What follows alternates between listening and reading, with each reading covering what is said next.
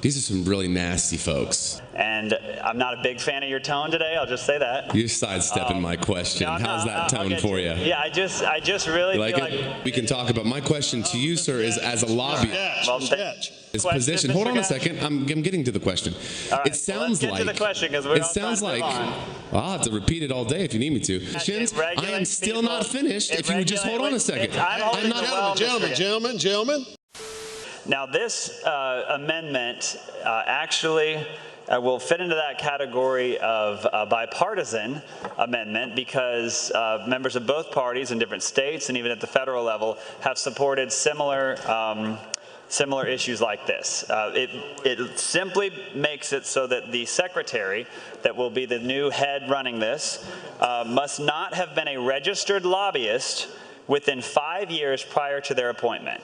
Now, we've had all sorts of issues over the years, primarily at the federal level, but even at state levels, of having people that have conflicts, that have lobbied, that then get appointed as heads of different agencies. And this particular policy, the Trump administration had a 5-year ban on lobbying before and after. The Biden administration recently implemented a 2-year ban on lobbying as the agency head of dealing with issues that you lobbied for. Other states have similar bans. Alabama even has an outright ban. If you lobbied, you cannot serve as an agency head. So this simply makes it so that you cannot serve as the agency head within 5 years of being a registered lobbyist. Any questions? Mr. Williams is recognized for a question. Yes, real briefly, why would you suggest the 5-year ban instead of the 2? Well, I prefer the 5-year ban. I think that it's better to have a longer time frame. As I mentioned, it's the most recent ban, and for this direct issue, dealing with a full ban from having lobbied at all. So did you base this on any administration? I'm sorry? Did you base that decision on any previous administration? No, the difference is the Trump administration one that I mentioned, the 5-year ban, prohibits being a registered lobbyist from serving. The Biden administration is you can serve, but you're limited in what you're allowed to have lobbied on and things you're allowed to deal with. So you don't like the 2-year ban? Well, I like the 2-year one too, but I like the 5-year one better, which is why I filed it. Okay. And like I said, Alabama has a full ban. I actually like that one too, but I think this is a reasonable one that protects from having lobbyists. They're called revolving door laws and rules, and I think they're important to have so that we don't have that kind of revolving doors between lobbyists and agency heads and legislators, et cetera. Okay, thank you. And with that, I'll move to passage. Hold on, so we got a couple questions. Do you want those questions, Mr. Gatch? Mr. Rutherford, hold up. Mr. Gatch is recognized for the next one. Okay. Are you waiting? Thank you, Mr. Morgan. You said that you like the 2-1 better. Well, I missed what you said. No, something about 2 years and 5 years. Help me out. I like banning it altogether the best, but I also recognize that I think the 5-year is a reasonable. What did you like the best? I'm sorry, I couldn't hear you. I like banning lobbyists serving as agency heads completely. That's my favorite, but I recognize that I want something that I know can pass the body. I think the appetite in here is to have this reasonable policy, which is a 5-year prohibition. So help me understand for a second. As a lobbyist, we had a conversation about lobbyists last week, and these are some really nasty folks. These are really terrible folks, apparently. Can you tell me, what is a lobbyist? For the people who don't know what a lobbyist is, help us understand what a lobbyist is, because you don't want a lobbyist to be able to have this position for 5 years. Yeah. Please. Mr. Gatch, I got to watch the debate earlier, and I do think that decorum is important in here. I think we should treat each other with respect, even when we vehemently disagree with each other. And I'm not a big fan of your tone today. I'll just say that. You're sidestepping my question. No, How's that tone for you? Yeah, I just really feel like we can model to other people watching, to kids, to the public, on proper decorum of how to interact with each other. How about just answering questions with truthful answers? Can we model that for the people in South Carolina today? We can, Mr. Gash, but I think you're proving the point right now. I really do. The point of my decorum is a question we can talk about. My question to you, sir, is as a lobbyist. We all talking over each other, and I'm not, just let's answer questions. So let's do that, please. I don't No, Mr. Morgan, were you finished answering the question? No, sir. I'll get directly to the question. Lobbyists are people who are paid to come up here and lobby government officials for specific interests. And there's nothing wrong with lobbyists. They serve a purpose. But I think it's important that people that are coming and doing that don't then run the agencies that they were just lobbying special interests in favor of. As I mentioned, this is a bipartisan issue. I think people of all parties and all walks of life recognize that this, you have different issues where you might have conflicts of interest and, money getting passed around, and we want to make sure that doesn't happen. I think it's reasonable. I think it's important. I actually have a feeling this is going to pass unanimously. I'm hopeful that it does, and I'd like to stick with a policy at hand over personality conflicts. And I get that that's difficult at times for all of us, but on this issue, I think we can do it. Okay, but regarding the lobbyists you said represent special interests. Is that what you said? They're lobbying specific interests, yeah. But and there's lobbyists for obviously all sorts of different things. Like all different things, like small businesses. Is there a lobbyist for people like small businesses are just individuals who have businesses in their community, maybe even in rural parts of America? Are there lobbyists for those types of people? Yeah, they do. Like I said, they lobby all sorts of different interests, but people that are paid to lobby for those interests, I don't think should then turn around and run the agencies that regulate them. Do we have lobbyists for the healthcare industry and things with regards to when people get sick and those things?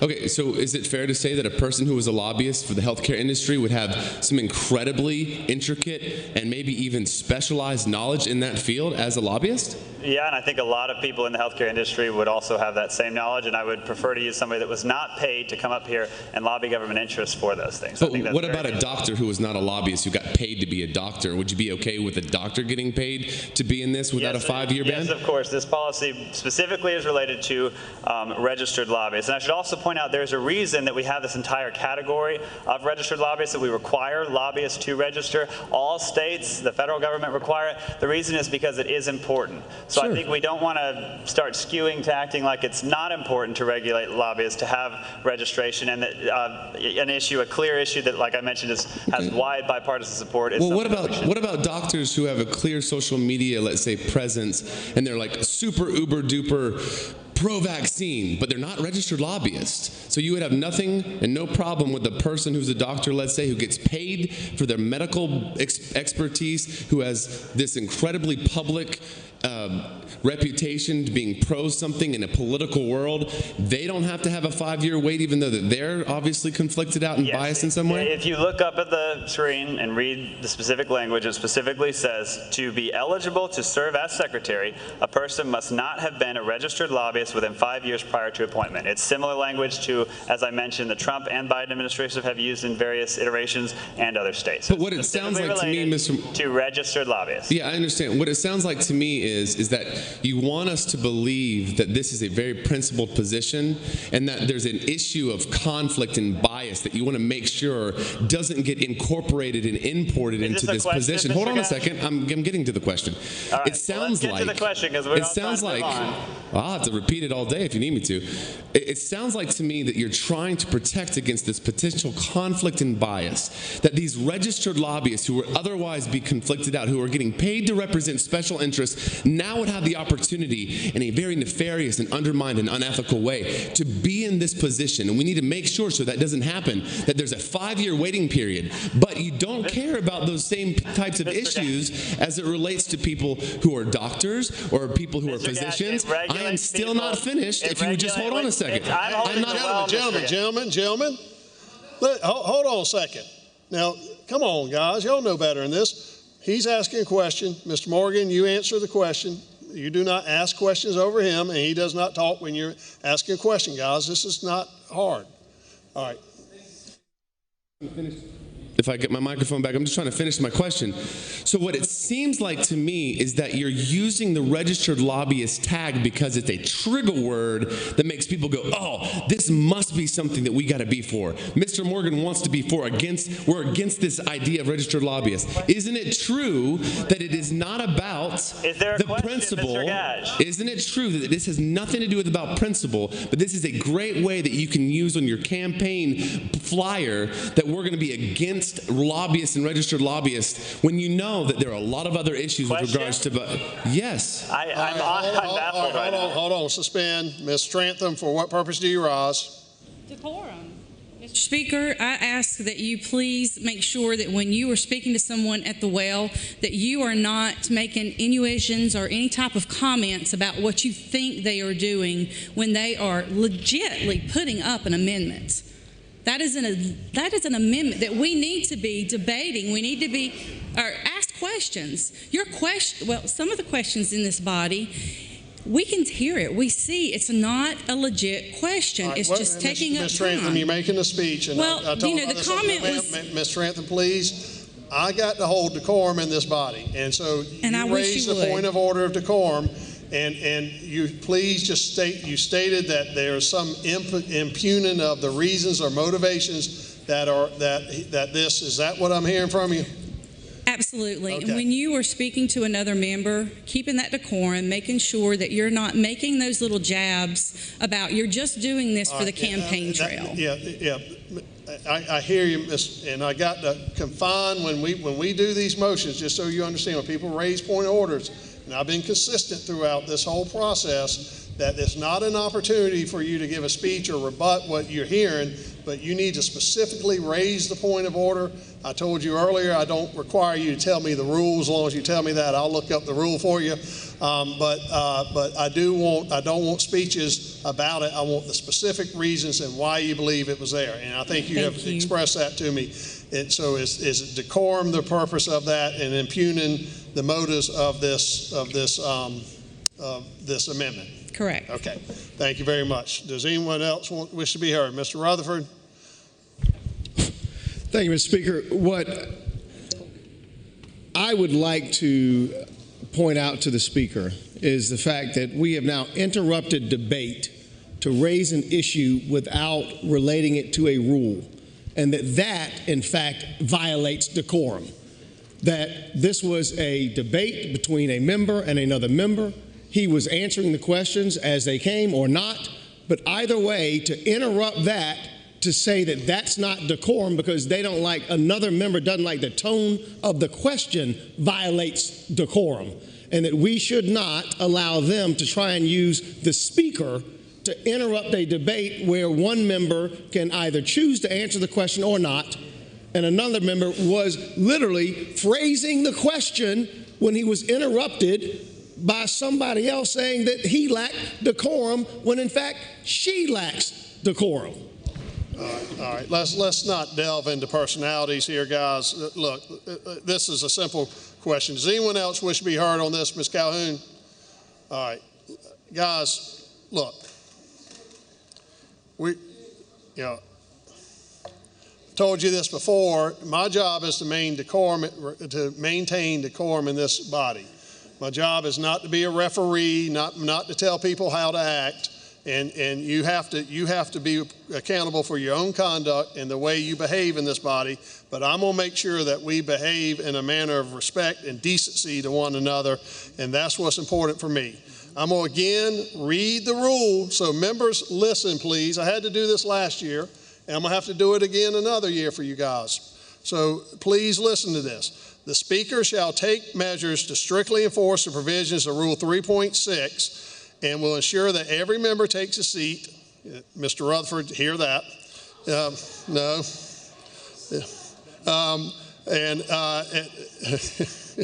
Acts with decorum at all times and refrains from disrespect of the institution of the House or the Senate, and to all personalities observes decency of speech and confines himself to the question under consideration when the House is in session. Under the decorum rule, which I am required to maintain, every member shall rise from his seat, respectfully address himself to the Mr. Speaker, and shall avoid disrespect to the House and Senate and the personalities, observe decency of speech, and shall confine himself to the questions. So that is really the issue right here, is we're going to observe decency of speech and avoid disrespect of House and Senate personalities. And so I heard questions, I heard things going on. There was questions about what the reason for this to be, this reason that you put up the amendment. I certainly think you can ask reasons why. I did not hear it go into a personality conflict, but guys, half the time when y'all are arguing with one another, I can't hear. I will first admit that I need hearing aids. I certainly understand that, but I got to hear these things. And so to the point, Ms. Trantham, that you made that, I overrule your point of order. I did not hear anything that crossed that line of impugning personalities. To the extent it has or it occurred in that, I would remind the body, please do not impugn people's in reasons that they are bringing this up or their persons. We are not here to have personality conflicts. We are here to debate legislation. And we're going to maintain the respect and dignity of this institution. It's not about us that is in here. It's this institution has survived for centuries. And people have to abide by the rules. And if politics starts dividing this body and starts pulling us into the land of abusive and rude behavior, then we lose control of the process, and South Carolina is not served. So please, guys, I have asked you that since I was elected Speaker. I'm going to continue to maintain that we're going to have decorum. Thank you for raising that, Mr. Trantham. I appreciate the issue. Mr. Rutherford, all right. No, but I appreciate someone raising the decorum. And so we need to, Mr. Rutherford, I understand, but to the extent that you are trying to make a motion, a point of order, while you are arguing against the point of order, I hereby deny your point of order. So, okay. Well, I got to always have the opportunity to deny your points of order or anything else I can deny for you. Yes, sir. All right. Well, so, Mr. Morgan, while all this occurred, your 10 minutes has expired. Do you wish to have a second 10 minutes? I will, and I'll reclaim my time. All right. Mr. Morgan. I hope that y'all in here will look past personality. As I mentioned, this is a bipartisan issue. I've talked to Democrats in the room. I've talked to members of the Republican caucus in the room. I've talked to members of my caucus, and there seemed to be support for this from a lot of different people. I hope you will consider this amendment on its merits, and I hope you will support it. Thank you so much. Yeah, I'm sorry. I got 3 more questions. He waited. I'm sorry. Mr. Rutherford. But then I would like to be done. No. Mr. Morgan, tell me, because you said it's a bipartisan thing, the Biden administration has done it, the Trump administration has done it, but I'm like Mr. Gatch. What is the inherent evil with someone being a lobbyist and then being placed as in this situation, I guess, an agency head? Yeah, there's no inherent evil, but it opens definitely the can of worms to potential conflicts, because you just have people who were just lobbying for companies, for interests, and now they're going to literally take that, they were just paid for it, into the very agencies that's going to be regulating them. And we don't want that kind of influence that would be on decision making. As I mentioned, this is done in almost every state. It's done at the federal level. It's not some attempt to try to impugn lobbyists. There's a very real issue with the lobbyists' interactions with government. We want good governance. We want transparency. We want people not to be paid for what are you? Did you have another question? Yeah, I do, because again, I'm not impugning your motives. I'm simply asking you, if you want this to be bipartisan in support of your amendment, should you not more acutely address the inherent evil? And if we're talking about, if I could finish, if we're talking about this being, and let me be clear, I was over here minding my business, and then I heard your amendment, I started to wake up and pay attention.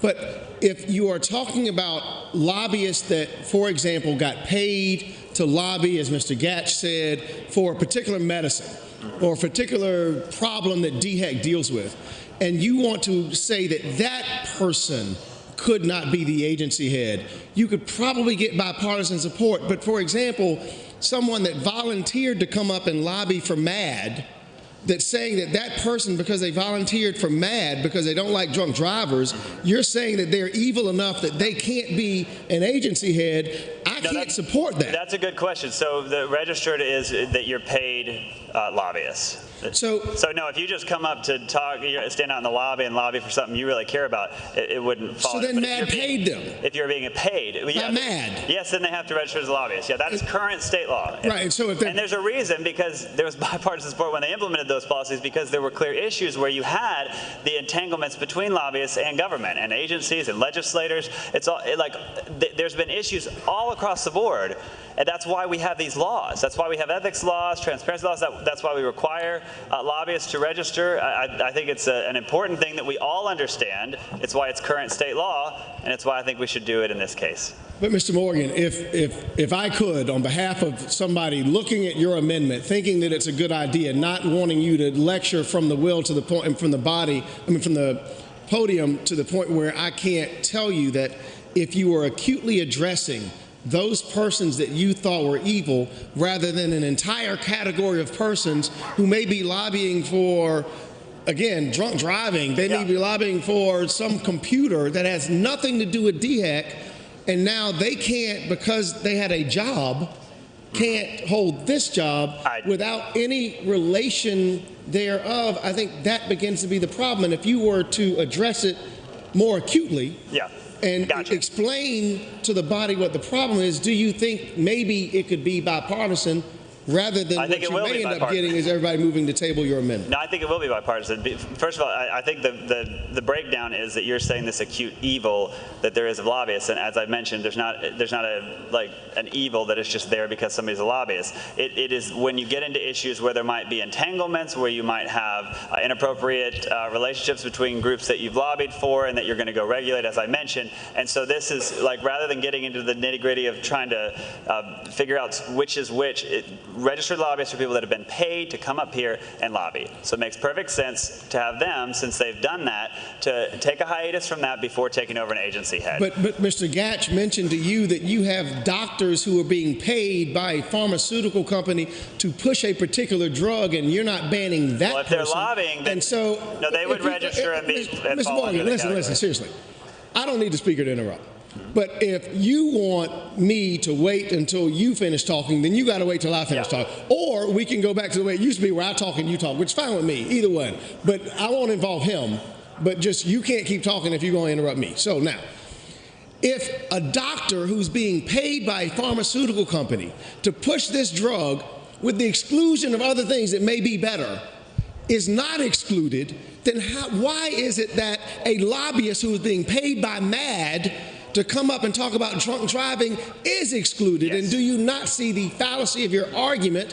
And that's what Mr. Gatch was trying to point out to you, that you have created an evil. Yes, okay. That evil being the lobbyist in the lobby. Yes, do you want me to answer? People, yeah, but when I'm done talking. Okay. Not the people that are being paid to do exactly what you're talking about. So the issue is that you and Mr. Gatch seem to not understand that if you are being paid, if that doctor's being paid to come up here and lobby, they will be a registered lobbyist and they're covered. So that is the answer.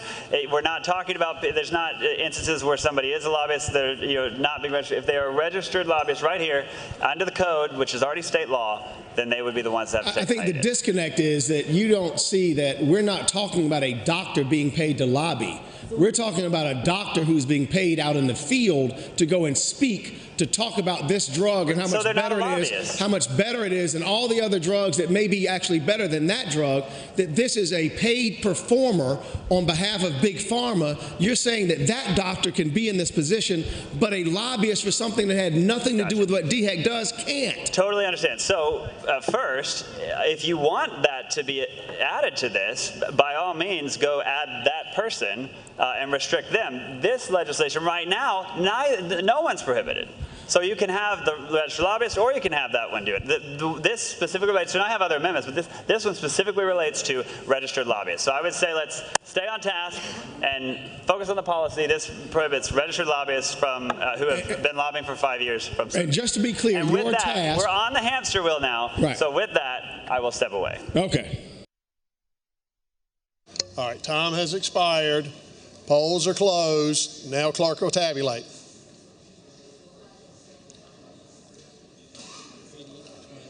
All right, by a vote of 88 to 21, the amendment is hereby tabled.